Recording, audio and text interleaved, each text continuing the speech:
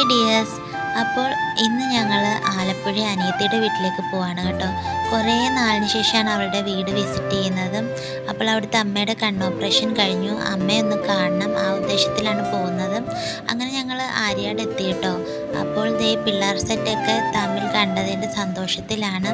പിന്നെ അവിടെ ഉണ്ടായിരുന്ന കളിപ്പാട്ടം എല്ലാം നിരത്തിയിട്ട് അതുവഴി നടക്കാൻ വയ്യാത്ത സ്റ്റേജിലായി കേട്ടോ. പിന്നെ അവർ കളിയും ചിരിയൊക്കെ ആയിരുന്നു. ഇനി കുഞ്ഞായിക്കുട്ടനെ പറ്റിച്ചിട്ട് വേണം ഞങ്ങൾക്ക് ഇവിടുന്ന് പോകാനായിട്ട്. ഞങ്ങൾ പോകുന്ന കണ്ടു കഴിഞ്ഞാൽ അവൻ 2-3 ദിവസം കരച്ചിലായിരിക്കും. അതുകൊണ്ട് എങ്ങനെയെങ്കിലും കണ്ണു ഒട്ടിച്ച് വേണം ഇവിടുന്ന് പോകാനായിട്ട്.